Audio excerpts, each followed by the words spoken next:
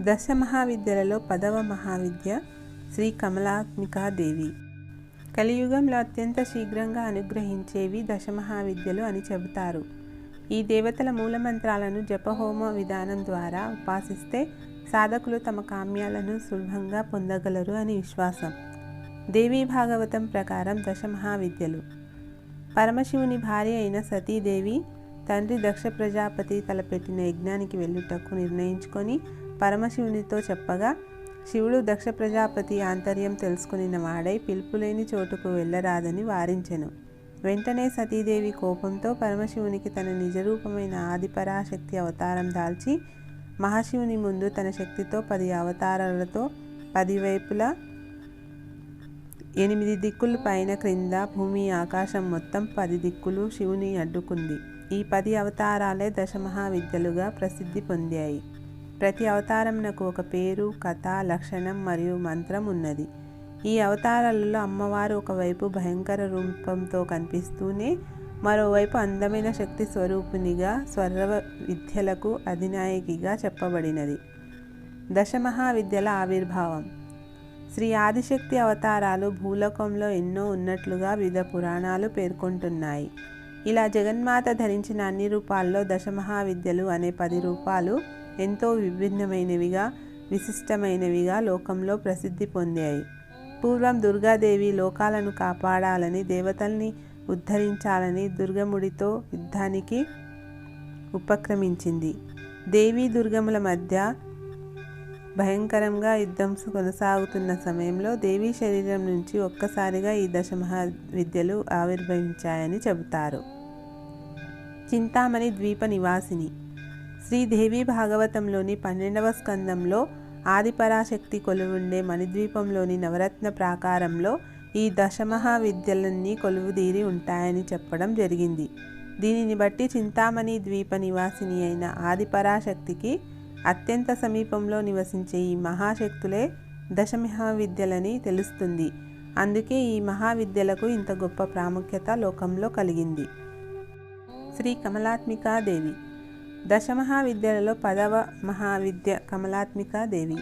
ఈ దేవత తెల్లని చీరను ధరించి ఉంటుంది. సకల ఐశ్వర్య ప్రదాయిని అయిన ఈ దేవికి మార్గశిర అమావాస్య తిథి ప్రీతిపాత్రమైనది. కమలాత్మిక అంటే లక్ష్మీ స్వరూపిణి అని అర్థం. శాంత స్వరూపిణి అయిన ఈ మహావిద్యను ఉపాసిస్తే సకల విధ సంపదని, పుత్ర పౌత్రాభివృద్ధిని, సుఖ సంతోషాల్ని సాధకుడికి శ్రీ కమలాత్మికాదేవి ప్రసాదిస్తుంది. తెల్లని 4 ఏనుగులు నలుదిక్కుల నుండి కలశములతో మాతకి అభిషేకం చేస్తూ ఉంటాయి. పద్మస్థిత అయిన జగన్మాత 4 చేతులలో ఒకటి వరదహస్తం, మరొకటి అభయహస్తం, మరో 2 చేతులలో పద్మములు ధరించి ప్రకాశిస్తూ ఉంటుంది. ఉజ్వలమైన శిరస్సున కిరీటము ధరించి ఉంటుంది. ఈ దేవి పద్మము యందు ఆసీనురాలై ఉంటుంది. కమలాత్మికాదేవి సాధన వల్ల షట్చక్ర భేదనం శీఘ్రంగా జరుగుతుంది. ఈమెనే తాంత్రిక మహాలక్ష్మి అని కూడా పిలుస్తారు. అంటే ఈమె లక్ష్మీదేవికి తాంత్రిక రూపం. పరమశాంత స్వరూపిణి. ఈమె పరమశాంత స్వరూపిణి, ఐశ్వర్య ప్రదాయిని. భార్గవ మహర్షి చేత దర్శించబడింది కాబట్టి ఈ దేవిని భార్గవి అని కూడా అంటారు. పూర్వం బ్రహ్మ, విష్ణు, మహేశ్వరుల చేత ఆరాధించబడిన కారణంగా కమలాత్మికకి త్రిపుర అనే పేరు కూడా ఉంది. శ్రీ మహావిష్ణువు భగవానుని హృదయం అనే కమలంలో జన్మించినది కమలాత్మిక. అందుకే ఆమెని శ్రీ విష్ణు హృత్కమల వాసిని అంటారు. సద్గుణ సంపన్నురాలైన ఈ దేవి తన భక్తుల్ని ప్రేమించేదిగా, పతివ్రతల్లో గొప్పదిగా, శ్రీ మహావిష్ణువుకి ప్రాణపదమైన ప్రియవత్నిగా కీర్తించబడింది. లక్ష్మీ స్వరూపిణి. కమలాత్మిక అంటే లక్ష్మీ స్వరూపిణి అని అర్థం. సకల ఐశ్వర్య ప్రదాయిని, శాంత స్వరూపిణి అయిన ఈ మహావిద్యను ఉపాసిస్తే సకల విధ సంపదల్ని, పుత్ర పౌత్రాభివృద్ధిని, సుఖ సంతోషాల్ని సాధకుడికి శ్రీ కమలాత్మికాదేవి ప్రసాదిస్తుంది. తామర పుష్పంలో ఉద్భవించిన మాత. వెంకటేశ్వర మహాత్యం కథ తిరుమల క్షేత్ర స్థల పురాణం ప్రకారం వైకుంఠంలో భృగు మహర్షి చర్య వలన కోపించి లక్ష్మీదేవి వైకుంఠం విడిచి పాతాళానికి వెళ్ళింది. లక్ష్మీ వియోగం వలన ఖిన్నుడైన స్వామి భూలోకంలో తపస్సు చేశాడు. శ్రీమన్నారాయణుని శుకాశ్రమాన్ని చేరి స్వర్ణముఖి నది తీరాన సరోవరం నిర్మించి 12 ఏళ్ల పాటు తపస్సు చేసిన తర్వాత లక్ష్మీదేవి తామర పుష్పంలో ఉద్భవించినట్లు పద్మపురాణం తెలుపుతుంది. జీవులకు వారి వారి కర్మానుసారం సిరి సంపదలను అందించేది మహాలక్ష్మి. నమస్తేస్తు మహామాయే శ్రీపీఠే సురపూజితే శంఖచక్రగదాహస్తే మహాలక్ష్మీర్నమోస్తుతే. నమస్తే గరుడారూఢే డోలాసురభయంకరీ సర్వపాపహరే దేవి మహాలక్ష్మీర్నమోస్తుతే. పూజా మంత్రం: ఓం ఐం హ్రీం శ్రీం క్లీం జగత్ప్రసూత్యై నమః లేదా ఓం శ్రీం హ్రీం శ్రీం కమలే కమలాలయే ప్రసీద ప్రసీద శ్రీం హ్రీం శ్రీం ఓం మహాలక్ష్మీ నమః. రెండింటిలో ఏదో ఒక్కటే 108 నుండి 1008 సార్లు కుంకుమార్చన చేస్తూ అర్చించాలి. శ్రీ కమలాత్మిక క్షేత్ర పాలకుడు సదాశివ భైరవుడు. శం కరోతి సదాశివాయ మహాభైరవాయ స్వాహ అనే మంత్రంతో వీరిని తలుచుకొని నమస్కారం చేయాలి. ఈ మంత్రం 108 సార్లు జపించాలి. గ్రహం శుక్రుడు. ఈ పూజ రోజు ఈ మంత్రం కూడా 108 సార్లు జపించాలి. ఓం ఐం జం గ్రం గ్రహేశ్వరాయ శుక్రాయ నమః. నైవేద్యం పరమాన్నం. కనకధార స్తోత్రం కానీ కమలాత్మిక స్తోత్రం కానీ చదివి హారతి ఇవ్వాలి. కమలాత్మిక పూజ చేసేవారే ఈ భైరవ రూపాన్ని శుక్రగ్రహ మంత్రం కూడా జపించాలి. బీజాలతో శ్రీయంత్రం ఉన్నవారు శ్రీ సూక్తంతో అర్చన చేస్తే విశేష ఫలితం ఉంటుంది. శ్రీయంత్రం పూజించే పద్ధతి తెలియని వారు పైన చెప్పిన విధంగా చేయవచ్చు.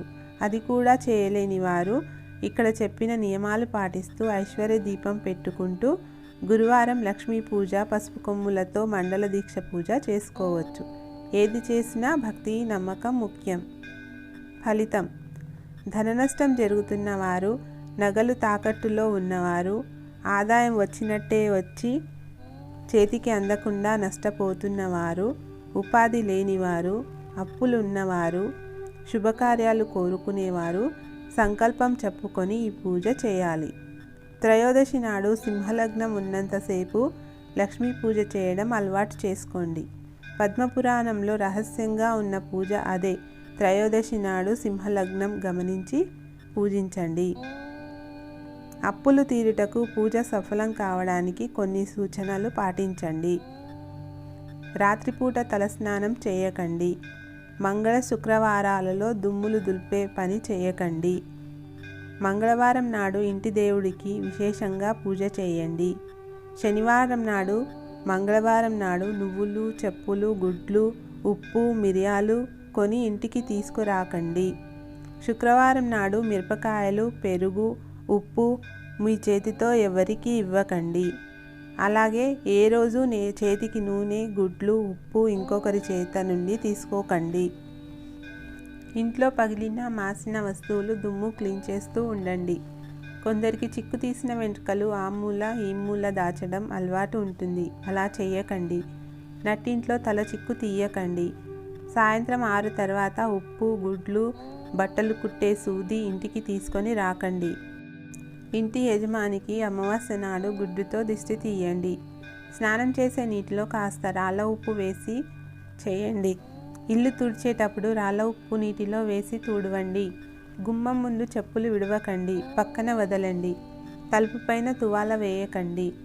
స్నానం చేశాక విడిచిన బట్టలు మళ్ళీ కట్టుకోకండి. శుక్రవారం పేలు దువ్వకండి, గోర్లు కత్తిరించకండి. ఎంత చేసినా అప్పులు తీరక వ్యాపారం కలిసి రాని వారు మంగళవారం, ఆదివారం మాంసం, గుడ్లు తినకండి. మరేదైనా రోజు తినండి. వారంలో ఒకసారైనా కాకికి, కుక్కకు అన్నం పెడుతూ ఉండండి. గొడుగు, చెప్పులు, నల్ల వస్త్రాలు బహుమతిగా తీసుకోకండి. పులిహోర జ్యేష్ఠాదేవికి ఇష్టం. అది వండి పంచండి లేదా నైవేద్యం పెట్టి తినండి. మీ జన్మ నక్షత్రం రోజు అర్చన, పూజ, గుడిలో దీపాలు, దానం, జపం వీటిలో ఏదైనా మీకు త్వరగా ఫలితం ఇస్తుంది. దేవుడి జన్మ నక్షత్రం కన్నా మీ జన్మ నక్షత్రం రోజు ఏ పూజ చేసినా మీకు త్వరగా సిద్ధిస్తుంది. ఇటువంటి కొన్ని నియమాలు పాటిస్తూ లక్ష్మీ పూజ చేయండి, ఫలితం ఉంటుంది. కమలాత్మిక ఖడ్గమాల ఉపదేశం గమనించండి. దశమహావిద్యలో ఏ దేవత రూపాన్ని సాధన చేయాలన్నా పరిహారం కోసం ఆ ప్రతి రూపానికి ఒక్కో భైరవుడు ఉంటారు. అలాగే గ్రహం కూడా వేరుగా ఉంటారు. ఇది తెలుసుకొని చేయడం వల్ల పూజ పరిపూర్ణంగా ఫలితం ఇస్తుంది. అలాగే గ్రహశాంతి కోసం చేసేవాళ్ళు ఏ గ్రహానికి ఏ రూపం తెలుసుకొని చేస్తే ఆ గ్రహం అనుకూల స్థితిని ఇస్తుంది. అమ్మవారి అనుగ్రహం దక్కుతుంది. గ్రహాలన్నీ అమ్మవారి ఆధీనంలోనే ఉంటాయి. ఓం శ్రీ మాత్రే నమః.